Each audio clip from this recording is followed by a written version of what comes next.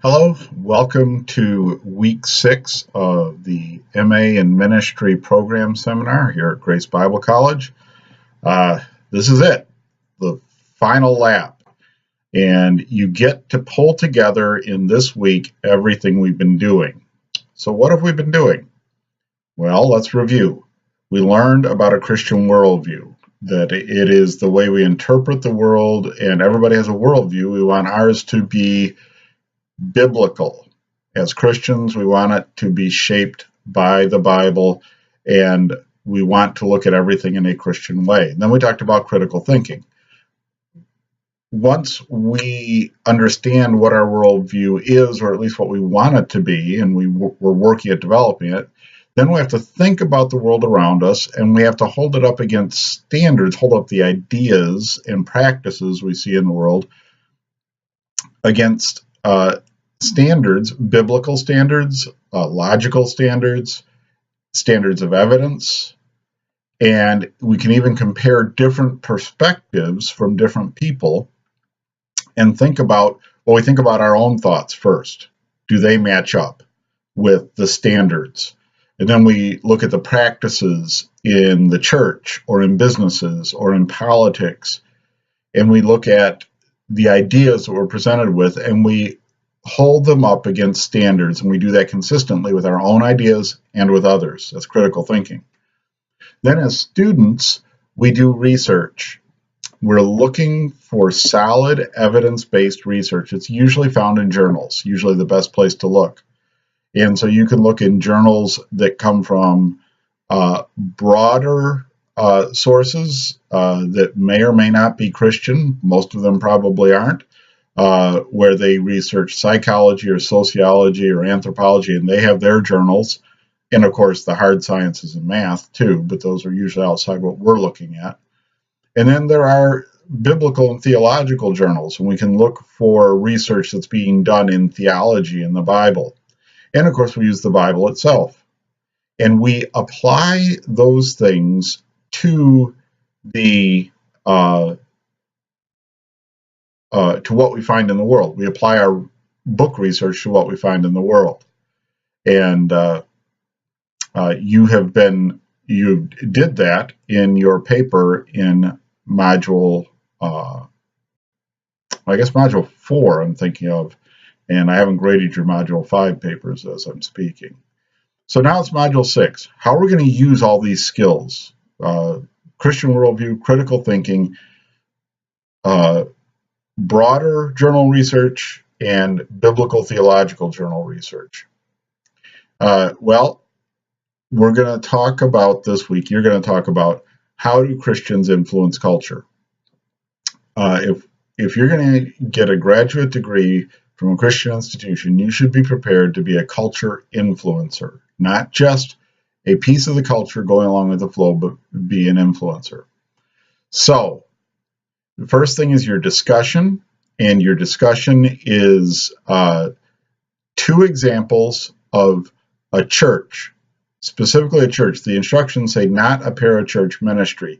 That may be an unfamiliar term to you. A parachurch ministry is a Christian organization that's not a church that does specific ministries.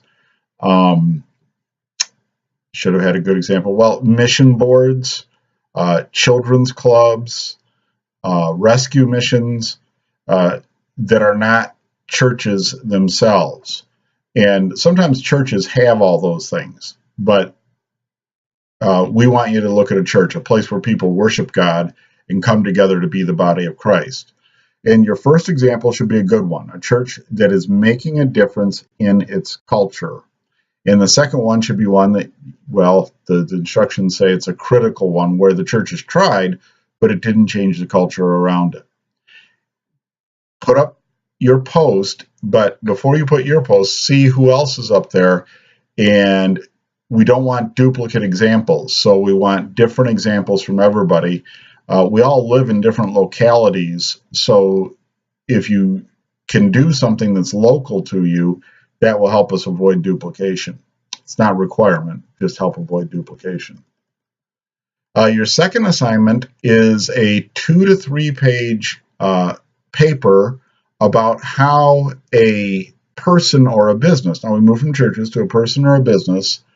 A Christian person or business influences culture. Now this is based on a video series that you don't have access to the whole video series, but that'll save you some time, that talks about different ways Christians can engage culture. It's called Letters to the Exiles, and that's based on, you might be familiar with a verse that gets quoted a lot, Jeremiah 29:11. I know the plans I have for you, says the Lord, plans for good and not for evil, plans to build you and give you a future. I'm quoting it badly. I should have had it here in front of me. That quote is out of a letter that Jeremiah wrote to Jewish people who had been taken out of Jerusalem, taken hundreds of miles away, and exiled to Babylon. We often ignore the rest of the letter for that one really positive sounding quote, and it is positive, but if you look just the few lines before that, Jeremiah says, look, you're going to be in exile for 70 years. So God says, but I have a good plan for you. So, okay, you're stuck someplace for 70 years. I mean, if that's me, I'm not going to be around at the end of the 70. What do I do? Well, the letter gives some instructions. He says, settle down, build houses, make good, positive contributions to Babylon, to Babylonian culture is the way we would put it. Have kids, make money. You're going to be there 70 years. And then I'm going to bring you back. That's the plan to prosper you. You're going to come back. And that's a lot like living as Christians. We're here on this earth. We sing songs like, the world is not my home, I'm just a passing through. But what do I do in the meantime? I'm going to be here for 70 years, give or take. That's what we often say. Well, settle down, build a house, conduct business, make a good contribution to your culture. So how do Christians do that? You're going to do a report on a person or organization that makes a positive Christian contribution to culture, and that needs to include at least one interview with an upper-level staff person. So be planning for that and be making contacts right away to get that interview. Again, this will work well if you know the organization and you know someone in the organization you want to talk to. But you need to conduct that interview to get information. Take really good notes when you do your interview. It can be really helpful. If the person gives you permission, you have a way to do it, to record the interview, to give you something to go back to as you write. But they must give you permission. All right, and then your final paper, 100-point paper, is your personal philosophy of cultural engagement. There's a rubric there with it. Be sure to look at the rubric. And this is a 4 to 5 page paper, really not all that long. That's 1,200 to 1,700 words, somewhere in there. And now you've looked at how some churches do cultural engagement in your discussion. You've looked at how some individuals or businesses do Christian cultural engagement in your second part. Now you're going to tell us how it ought to be done. Define culture, articulate your views on the main components of cultural engagement, include specific biblical references, worldview perspective, or scholarly support. You're using all those things we've been learning over 6 weeks. And for each of the main components, provide a real world example of how this can work. So that's the assignment for the week. As always, get in touch with me with your questions. Look forward to reading your work.